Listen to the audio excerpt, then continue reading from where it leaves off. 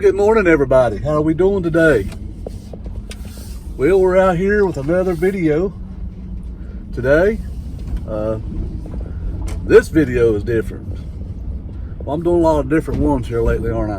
We're gonna go do something today that we haven't done yet on here. Get across these tracks here. Got a lot of railroad tracks in the coal fields down here in Appalachia. But anyway, we're gonna go out this morning and I'm gonna go retrieve some of my, well, at least one of my audio recorders that I had put up in the woods. I guess you're wondering, why do you put audio recorders up in the woods? Well, you know, have you ever been out camping and you've heard some odd, strange noises in the woods? You know, Appalachian Mountain's full of strange noises, as a lot of you know already. So we're going to go out and retrieve this recorder that's been out for about a week and see what kind of audio we got on it. See what we got, any kind of animals or any other type of sounds on there. And we'll get right back with you when we get on site here. And let's go get them out of there. We'll be right back. Well, I'm on my way around the hill here to get this recorder out of this tree. So I'm going to show you how I get it down and where I usually put them so people can't see them or old bears and stuff can't fool with them. I usually put them up way high using an extension pole like I've got on my shoulder here. It's 4 foot long, but it extends out to 25 feet. Watch out, it's slick here. I usually put them things up in pine trees so that they can't be seen very well. So we'll turn it around here and show y'all where I've got him stuck at. See if we can get him down. Yeah, I usually put him in a pine tree, something like that right there. Something that can be hid pretty good. And I'll leave him here for 3 or 4 days, I guess. Collect a bunch of audio, and then I'll go back home and I'll take the memory card out of the little recorder, which I'll show you here just a bit. And see if we can see it. It's way up there in that tree. You can see it there. Let's see here. Let me see if I zoom in on it there a little bit. Yeah, right there it is. I can see it there. Yeah. I'll stick him up there about 25 feet or so and leave him here for 3 or 4 days or 5 and come back and get him and put him through a program in the computer to scan all that audio, which is many hours, probably, I don't know, 100 and some hours or more, and see what we can pick up on the graph. I'll show you the graph later, what it's like on the computer. But let's see if I can get this thing down out of here.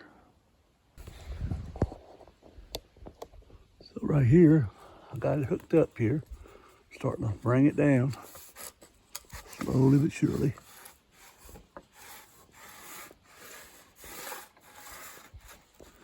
Uh-oh, gotta watch out, you wanna fall. I'm not hook on another limb and fall if I'm not real careful. All right, see if we can get him out of there. Okay, this is him right there. I've got a little recorder. I'll take it apart here just a bit and show you. I've got a recorder inside of a piece of PVC pipe. It's 1.5 inches, got the cap on each end. And on the bottom end here, I've got a little, called a wind screen to muffle the wind down when it blows. And I got an external mic in the end of this that's hooked into the little recorder. I'll show you here just in a bit. And I got a little metal hook on it there to hook on a limb. And this is all the pipe is to keep it from being rained on and all that. So let's get up here and I'll sit down. We'll look at this thing and show you what kind of recorder I'm using to get the audio with. It's a nice cool morning out here this morning. Thought I'd come up here and sit down at an old table here and show you this thing. It's kind of interesting. I've seen it done on YouTube before. People doing this and going out and seeing what kind of wildlife they can catch or what kind of odd sounds they can get. Usually through the night times when you get the weirdest, strangest stuff on these things. I've got some stuff. But anyhow, let me show you. This thing comes apart like that. It's got a little recorder. As you see, it's still recording after 4 days. Still going to town. It's recording me right now as we speak. I'll go ahead and shut her down here. Oh. Cut her off. This battery's about dead. But it goes a long time on 2 batteries, AA batteries. It's a little Sony PX370 is what it is. And it has a little memory card in it, which you can take out right here on the side, put in your computer, and you could download these files. And cause it after 12 hours, it starts on a new file. So it's broke down like that. So this is a pretty good little recorder. You can get them for about $45, $35 on the internet, and they do pretty good, especially when you're using an external microphone. You can't really see it because I've got it down in the end of this thing here, but it works really good. It does better than just the one that's inside of it. So we're going to take this stuff home and we're going to break it down in the computer and see what kind of audio we get, and I'll play it back to you. And if I find out if there's any audio on it of what kind of creatures it is or what kind of animals it is, we'll see if we can find out. All right, let's go see. Okay, this is the program that I was telling you all about. It's called Audacity. It's free online if you want to download it. It's perfect for what that I'm doing here. It has a spectrogram option in it that you can use, which is I'm using now. That's the maroon part there. You can see as you're sliding down, you can see places where that there are some sort of audio, like through here. Now listen as I play this. It'll be quiet through here. Listen. That's actually a pack of coyotes howling. And you can see all this in here is their vocals, different vocals of different dogs there, coyotes. But that's the eastern coyote for sure. So I just wanted to show you a little bit what that sounded like, or what it looked like, and how we actually would go through all this audio so quick, because you have hours and hours and hours of audio, and then you can let this run fast forward, and when you see something like that in there, you can see it's some type of vocal, some kind of sound. So you can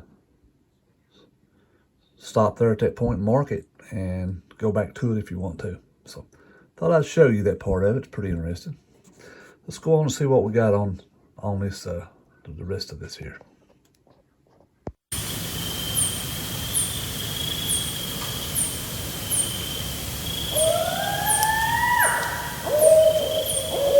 Well, the closest I can find out, this is what they call a barred owl.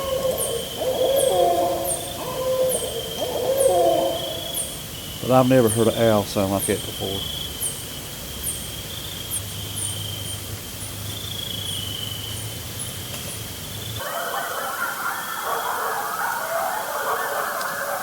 This here is your eastern coyote. Sounds like a pack of them. They get really vocal in the wintertime, toward mating season, February, March, through November, December.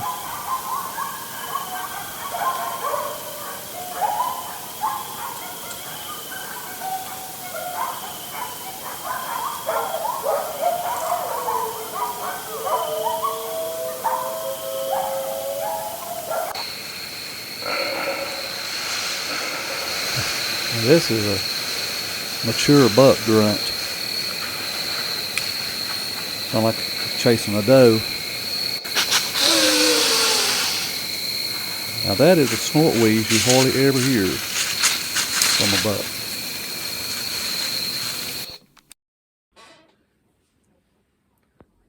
Y'all, that was different, wasn't it? Got to hear some coyotes in the wild.